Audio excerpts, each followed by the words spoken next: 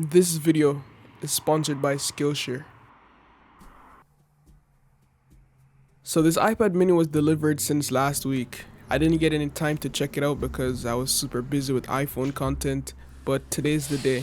Today we're gonna do a small unboxing video just showing you guys what I got with the iPad mini, all the accessories, and I wanted to get the iPad mini because it seemed like a great change of pace, and I also wanted to see if it could fit into my workflow.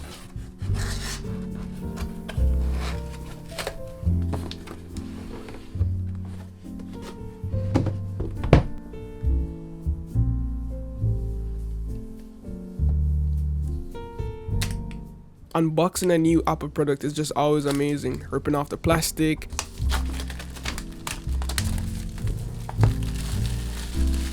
lifting up the box to see what's inside. It's just a joy, and everyone who does this know what it feels like. I don't mind 64 gigs since I have 1 terabyte of iCloud storage, and that's gonna take a lot to fill up. Wow, this purple colorway looks really nice. It's way more fainted than I expected, but it looks like a richer purple depending on the lighting situation.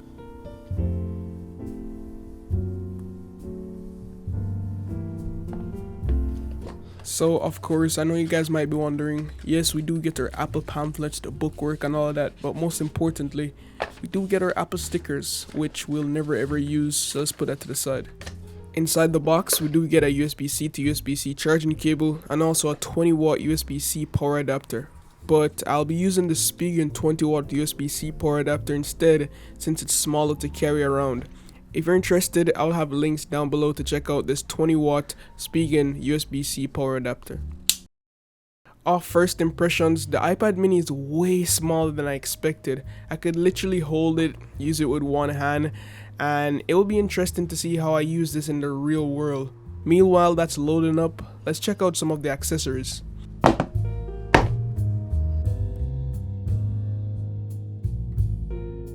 I picked up another 3rd gen Apple Pencil because I aspire to be the best artist of my generation, and it would be really cool to see if I could make some new wallpapers on the iPad mini.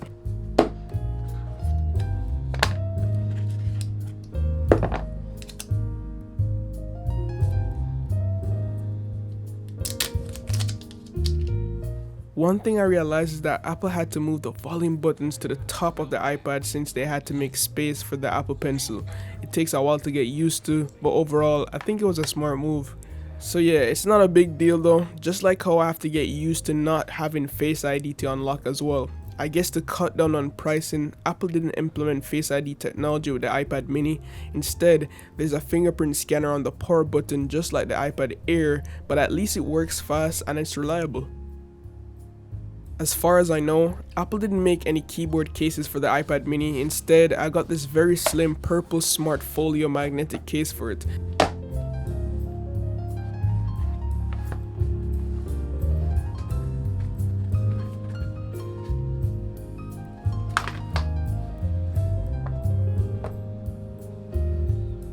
It works well, and you have different modes you could set the iPad into whenever it's necessary. So you could have this like propped up mode and then this flat lay mode for, I guess, when you're drawing. I really wish the iPad mini has some small keyboard case or anything, but hopefully Logitech comes up with something for it. Just in case you were wondering, here's a quick comparison between my 11-inch iPad Pro on the right and the iPad mini on the left, just to show some perspective. The iPad mini has an 8.3-inch screen versus the 11-inch screen on my iPad Pro. The performance on the iPad mini is amazing. Apple didn't really cut any corners here. We get the latest A15 Bionic chip, which yields up to 80% faster graphics, so gaming and video editing shouldn't be an issue. Super fast 5G support, yes, 5G support on the iPad, Apple Pencil support, USB-C port for faster charging and data transfers, and also an edge-to-edge display which just looks really sleek. The only thing that's missing in my opinion is a 120Hz ProMotion display, but instead we're stuck with a 60Hz display. Around the back, there's only a single wide-angle camera and a flash, but it's fine because honestly, I never really use the cameras on my iPad anyways.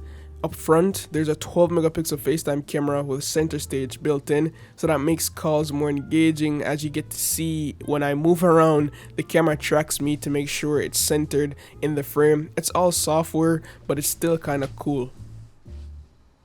The drawing experience on the iPad mini was amazing. I think it's a little bit crammed, but that might be just because due to the fact that I'm so used to the 11-inch iPad Pro. And honestly guys, since I was using the iPad mini for the past couple of days, now my 11-inch iPad Pro feels too big. Taking notes also felt pretty natural on the mini.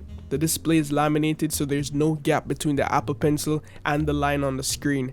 The Apple Pencil tracking is very accurate. I could see a lot of students enjoying this form factor because it's almost just like a notebook.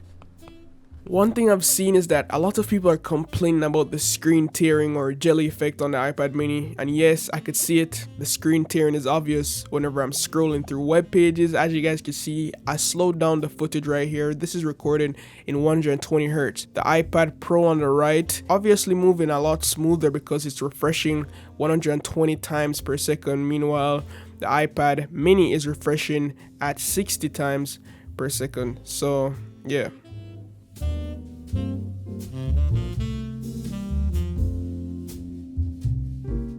Having 120 Hz is nice, but not having one is not a big deal breaker, to be honest.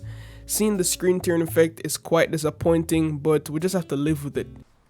Watching videos on the iPad mini was also great since it's a 3.2 aspect ratio. It's the perfect device to lounge with, catch up on your favorite TV shows, movies, or even my YouTube videos. Don't forget to subscribe.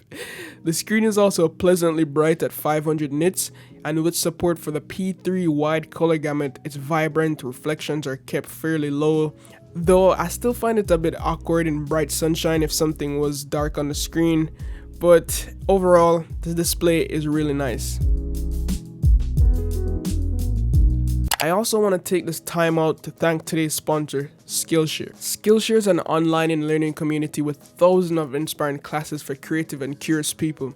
For those of you guys who have been watching this channel for a while now, you know I'm really passionate about personal development, building new skills in everyday life, and Skillshare is a fantastic resource for both of those things. Skillshare has a wide variety of different classes ranging from editing, filming, cooking, how to make videos like this, all the way to productivity. If you want to become a pro, go to Skillshare. The classes I've been taking recently is Intro to Procreate with Brooke Glaser. She has helped me tremendously when it comes to the basics of Procreate and even at an advanced level. I love watching classes on Skillshare because there's no ads. They're always launching new premium classes like this one with Brooke Glaser, and what's even better is that she updated the class with new resources. Skillshare has a ton of beneficial classes available, guys, so if there's anything you wanted to learn or get better at, then Skillshare is the perfect place to start learning. And of course, you guys know I got you, right? So the first 1,000 people who click the link down in my description will get 1 month free trial of Skillshare premium membership, so you could go out and explore your creativity.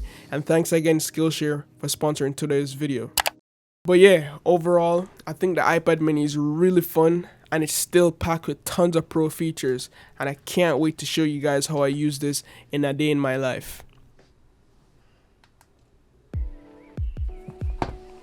Before you go, let me see what the real ones are. Comment down below, iPad mini on top, so I know you guys made it this far.